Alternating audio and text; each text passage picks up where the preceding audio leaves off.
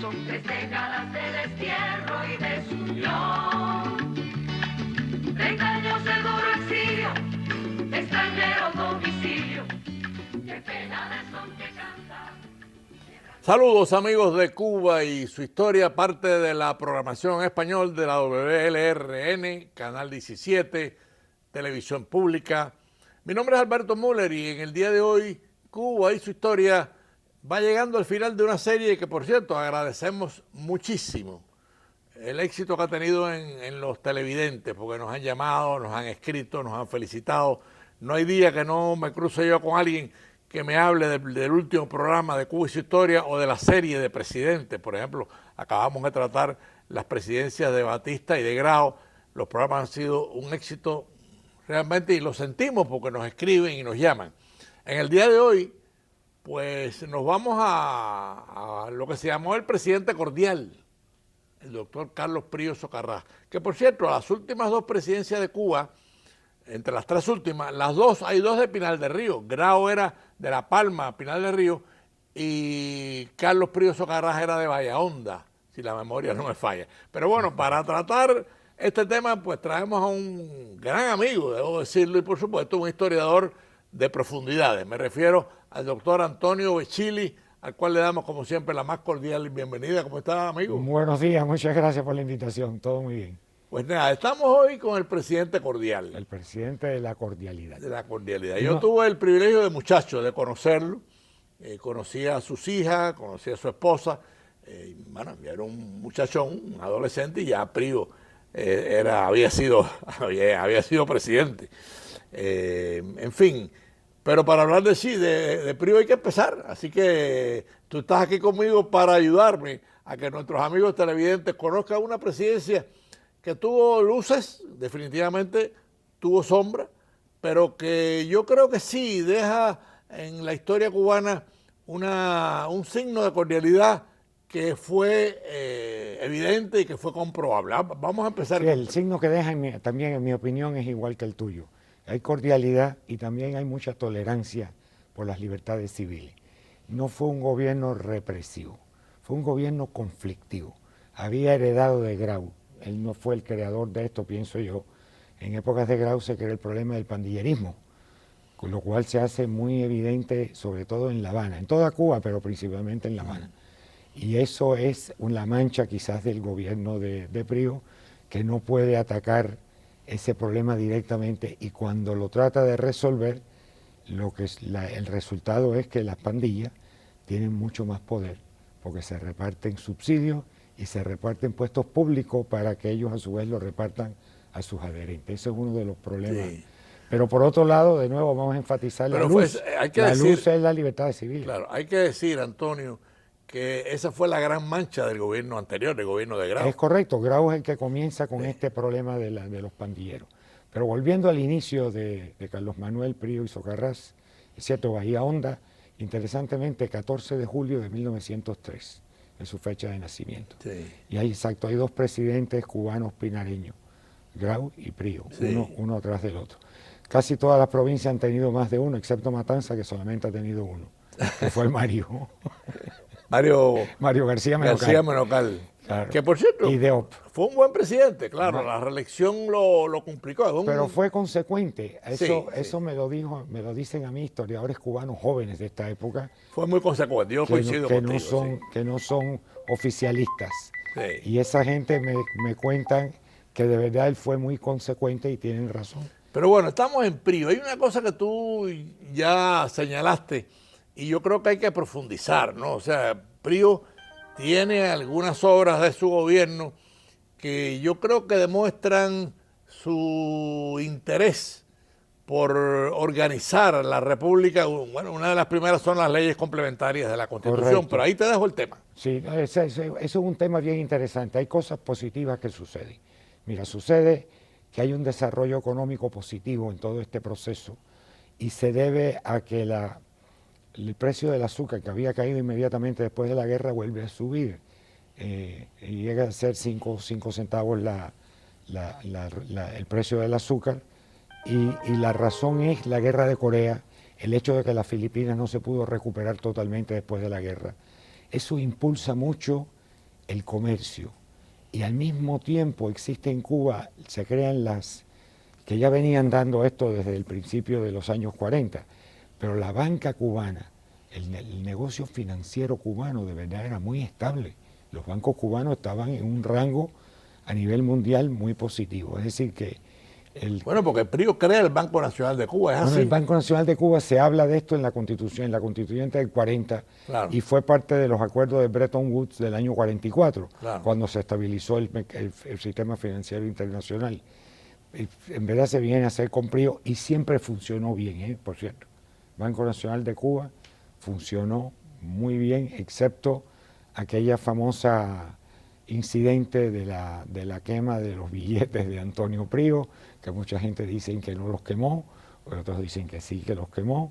Es decir, que era su hermano. Que era su hermano, que fue ministro de Hacienda, sí, y había perdido las elecciones por la alcaldía de La Habana, sí, contra Castellano, sí, en una alianza rara de los comunistas con Chivás y otros, lograron la victoria de Castellano en contra de Antonio Prío. De Antonio Prío. Pero bueno, el hecho cierto es, y esto para aclarar el tema rápidamente, tú bien sabes que yo soy coleccionista numismático. Llevo una vida coleccionando billetes y monedas. Tengo una colección de billetes cubanos buenísima, excelente, creo que muy completa. Y sin embargo, solamente tengo 2 billetes pre-1948. Lo cual me indica que Antonio debe haber quemado billetes, obviamente, a lo mejor no los quemó todos. Los billetes antiguos decían República de Cuba. Eran emitidos por el ministro de Hacienda, por la Tesorería de la República. Y eso simplemente lo contrafirmaba el presidente de la República. Los 2 billetes que tengo están firmados por Fulgencio Batista y Saldívar, que tenía una firma taquígrafa muy curiosa. Que por cierto, voy a hacer una dispersión de segundos para comprometerte. Algún día podamos hacer un programa de toda la colección que tú tienes de billetes, sí, porque eso es como la filatelia. Es correcto. O sea, hay toda una historia. Yo estoy preparando 2 programas sobre la historia de Cuba a través de la filatelia. Sí. Y podemos hacerla también a través de los billetes. Podemos hacerla porque no solo tengo la colección, sino que he descubierto quiénes son los firmantes de los billetes. Y entonces cada uno de esos firmantes, claro, tiene su historia, parte de la política y de la historia de Cuba. Ahora, hay otro banco interesante, bueno, hay varios bancos interesantes en el periodo de Prío. Está el Banco de Fomento Agrícola e Industrial. Ese también fue muy exitoso. También se manejó muy bien. Se manejó muy bien. Ambos, Banco Agrícola y el Banco Nacional de Cuba se manejaron muy bien. Banco Nacional de Cuba tuvo al principio la colaboración de José Ignacio Bosch. Y eso ayudó mucho a estabilizar, y de Felipe Pasos, que era compañero de Prío de su época de estudiante, y Felipe Paso estaba en el Fondo Monetario Internacional y regresó a Cuba precisamente para el establecimiento del Banco Nacional. Gente competente, ahí sí hubo mucha competencia en ese tema.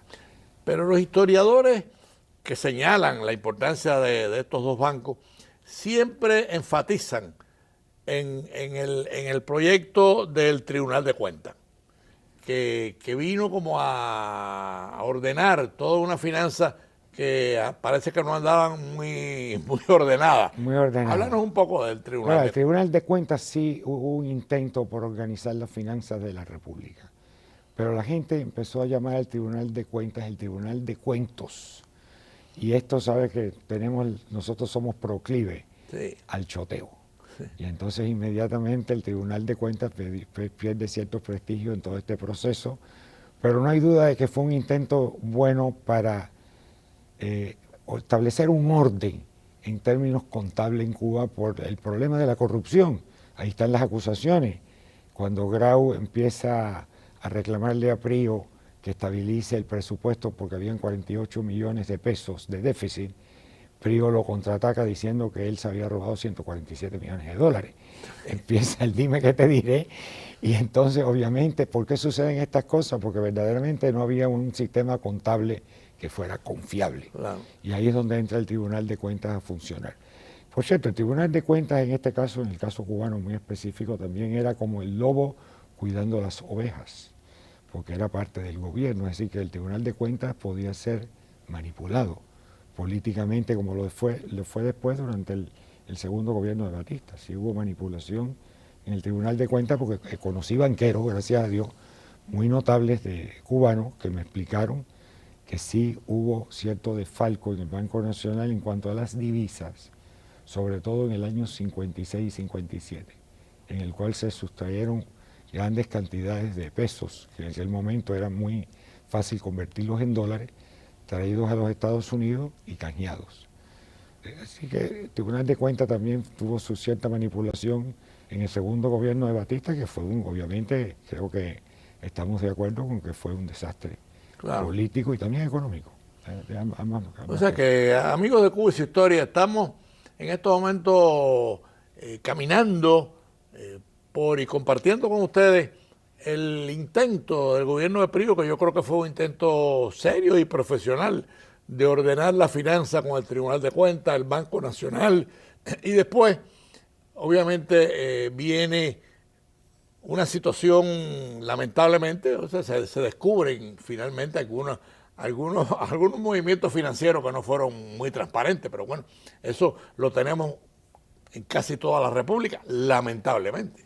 Bueno, eso lo tenemos en todo el mundo. Eso Sí. existe aquí, existe en todas partes. Claro. Hay movimientos financieros que son de dudoso origen y de dudosa reputación, no hay duda. Pero en el caso cubano, en el gobierno de Prigo, igual que Grau, yo creo que si pesamos Grau y Prigo, me parece que Prigo quizás es el menos pecador de los dos, en mi opinión. Yo coincido con eso. Entonces, no hay duda de que sí hubo problemas serios financieros.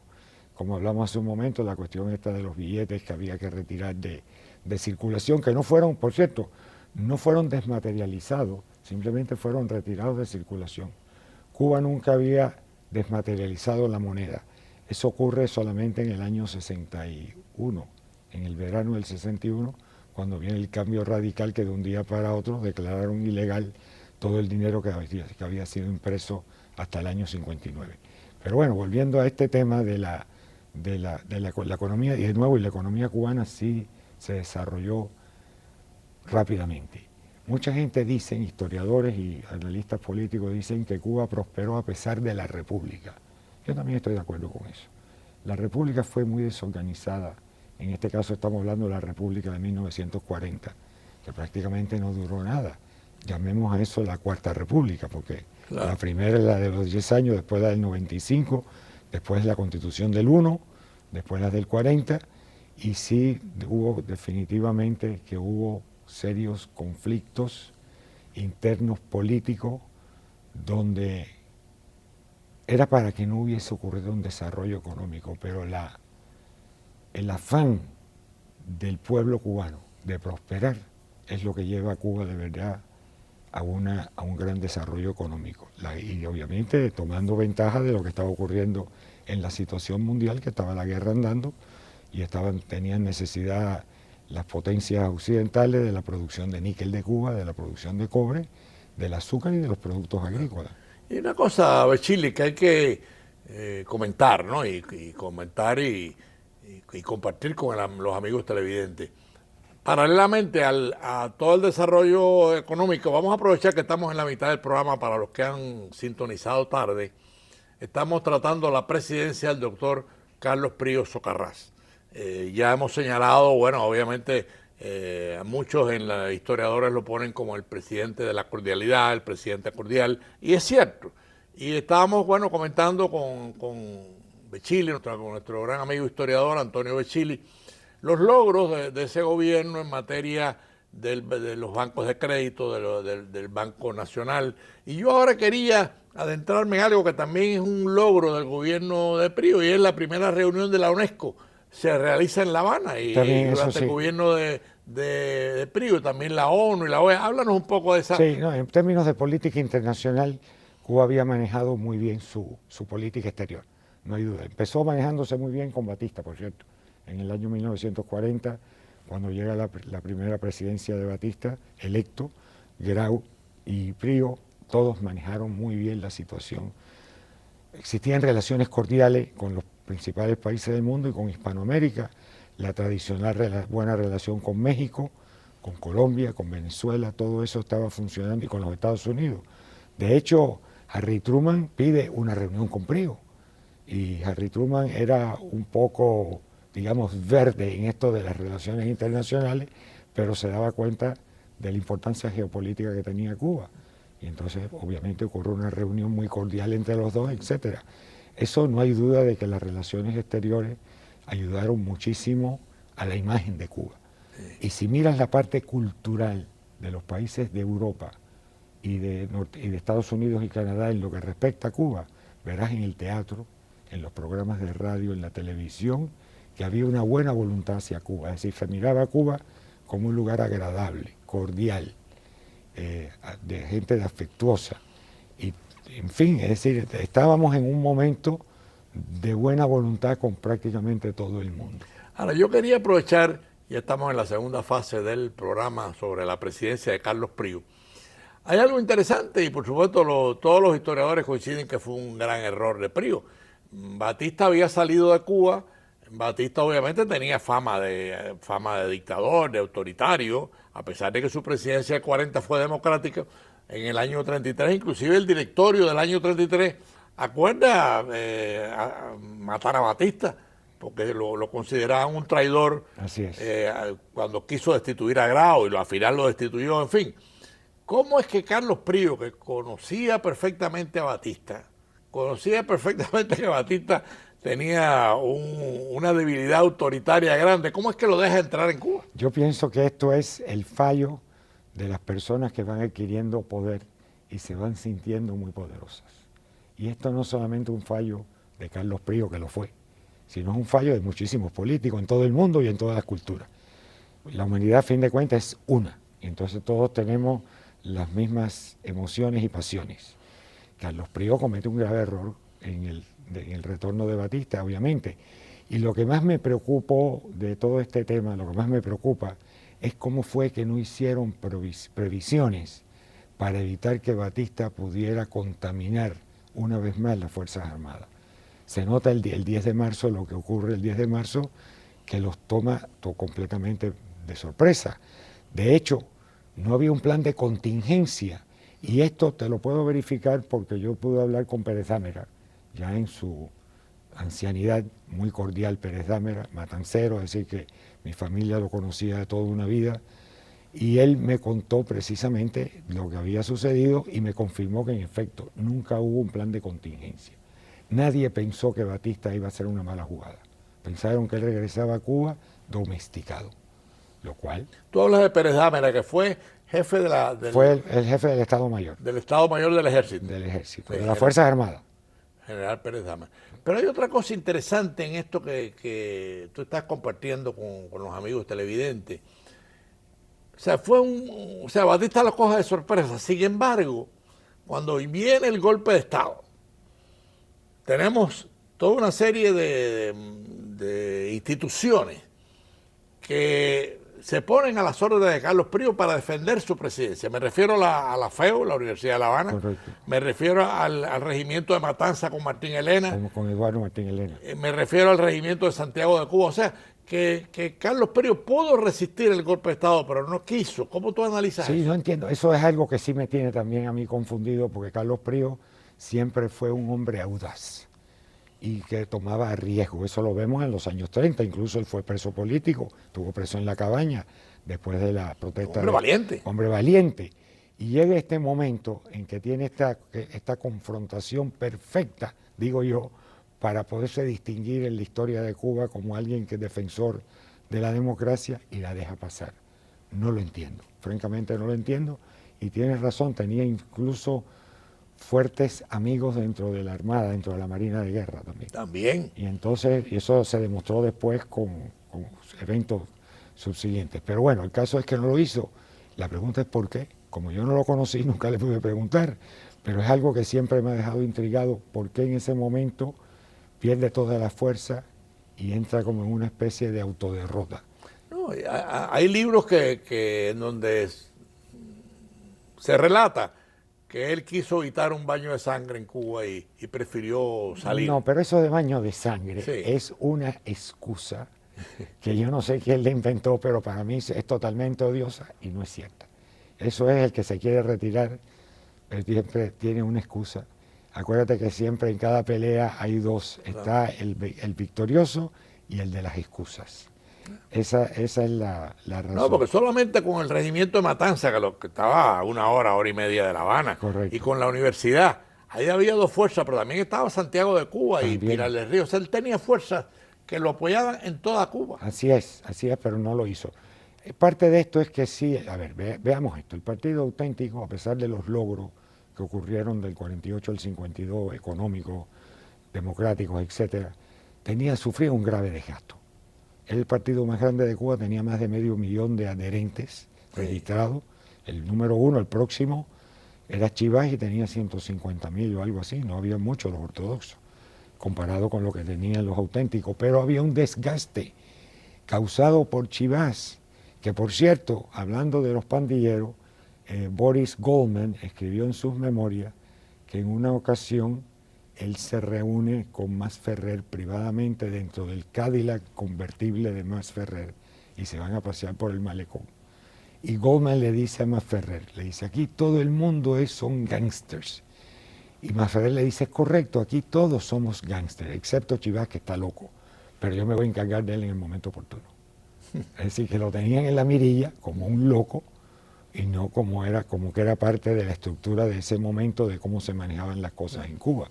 Hago esta salvedad una vez más porque Chivas se dedicó a destruir en lugar de a construir. Esos ataques, esas emociones, esa euforia histérica de Chivas que tenía paralizada a Cuba los domingos por la noche. Nosotros aquí con nuestra productora Maite Rodríguez estamos planeando, ya tenemos el programa planeado sobre Chivas. Chivas es un personaje importante en esta etapa de la historia de Cuba, su polémica con Aureliano Sánchez Arango, la famosa polémica infinita de la maleta y el dinero, y después su comportamiento. O sea que vamos a sorprender con un programa sobre Eduardo Chivas, porque es una parte de la historia de Cuba que no podemos borrar ni saltar. Claro. Ahora, ya en el final del proceso de Carlos Prío, viene el golpe de Estado. Un golpe de Estado que inclusive no tenía razón de ser, porque teníamos unas elecciones a 60, 40 días, o sea, hay unas elecciones ya anunciadas, en donde inclusive Batista era candidato. Háblanos un poco de eso. Sí, ahí viene el problema de que Batista no iba a ser electo presidente en el 52, según las encuestas. Y hay que creer en gran parte en las encuestas. Aunque Richard J. Daley, el alcalde de Chicago famoso, decía que el día de la encuesta era el día de la elección. Sí, eso es verdad. Estoy de acuerdo con él, pero aparentemente la opinión pública se estaba... Ahí había la carrera era entre Evia y Agramonte. Y probablemente si los auténticos hubiesen votado en masa por el partido y no necesariamente por el candidato, Agramonte hubiese sido el presidente. Pero no se dio la elección. Pero no se dio la elección, así que esto es uno de esos imponderables si acaso de la historia. Así que no vale la pena especular. Sí, hay historiadores que dicen que ganaba Evia, otros dicen que ganaba Agramonte. No. Yo en mi observación como periodista y como un poquito historiador, creo que ganaba Agramonte, porque el partido auténtico era mucho más fuerte que el partido ortodoxo, tenía mucha más militancia, pero bueno, estamos elucubrando. Claro, es correcto. Pero bueno, el caso es que Batista sabe que no va a ganar las elecciones.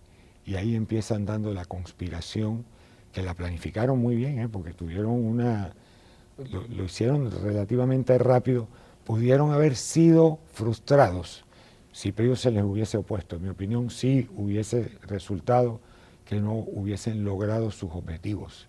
Y no voy a especular ahora sobre qué hubiese pasado, pero el hecho cierto es que sí que Prío pudo haber frustrado eso del golpe de Estado, que la gente dice el golpe de Estado de Batista. Probablemente Batista lo planificó, claro, que él no es el que da el golpe oficialmente, el golpe lo da Tabernilla, ¿no? Claro. Es el que era el jefe del ejército. Sí. El ejército es el que se mueve. Es el que se mueve y da el golpe. Y Batista simplemente es aclamado. Ahí está la foto de Batista recibiendo la aclamación de los soldados en Colombia y la foto de Prío montándose en el avión. Sí.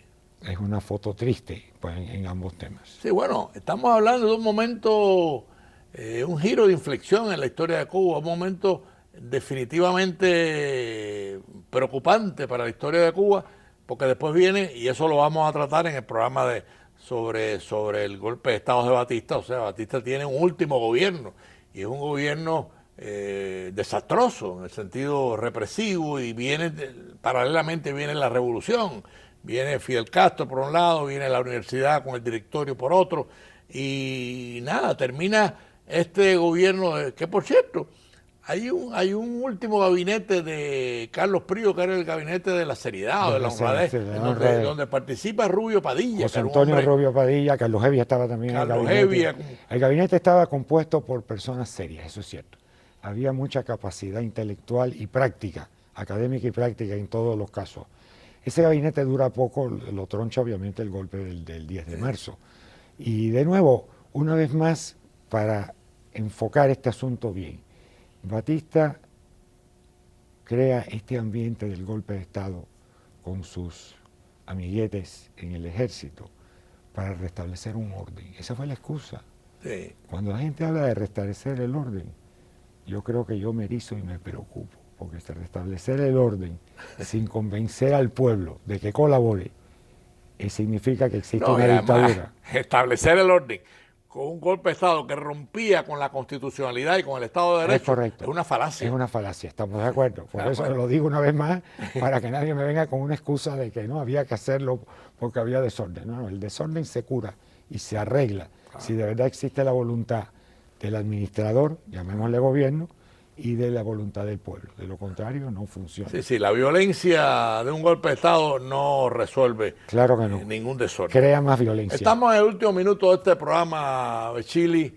¿Qué podemos evaluar rápido entre sombras y luces? Entre sombras y luces yo creo que verdaderamente tenemos que ser equitativos. Hay más luces que sombras. Hay más luces que sombras. Hay fallos. Lo que sucede es que los fallos de la sombra son demasiado notables y con graves consecuencias en la historia de Cuba. Claro. Y eso ha hecho que muchas personas piensen no muy bien de Carlos Manuel Prío Socarrá. Pero el respeto a las libertades individuales, respeto al ambiente empresarial positivo, agrícola que se creó en Cuba en esos años, hay que reconocerlo, no hay duda. Bueno, amigos de Cuba y su historia, estoy seguro que hemos compartido con ustedes el gobierno del presidente Carlos Prío Socarrá, como acaba de decir el doctor Antonio Becchili, historiador, con sus sombras y luces. Claro que hubo luces y claro que hubo sombras. Sin embargo, creo que deja sentado lo que dijimos al principio. Fue un presidente cordial, inclusive hasta en su retirada fue cordial. Después muere ya en el exilio, se suicida. Algunos plantean de que por razón económica. El hecho es que la conclusión del gobierno de Prío, como dijo el doctor Becchili, es positiva. O sea, hay civilidad, hay orden y por supuesto, bueno, hubo sombra. Así que ojalá ustedes hayan podido penetrar lo que hemos hablado este día. Nos vemos la próxima semana en este mismo programa a las 4:30 y gracias una vez más al doctor Antonio Becchili por ayudarnos con el doctor Carlos Prío Socarrá. Gracias, salud, gracias.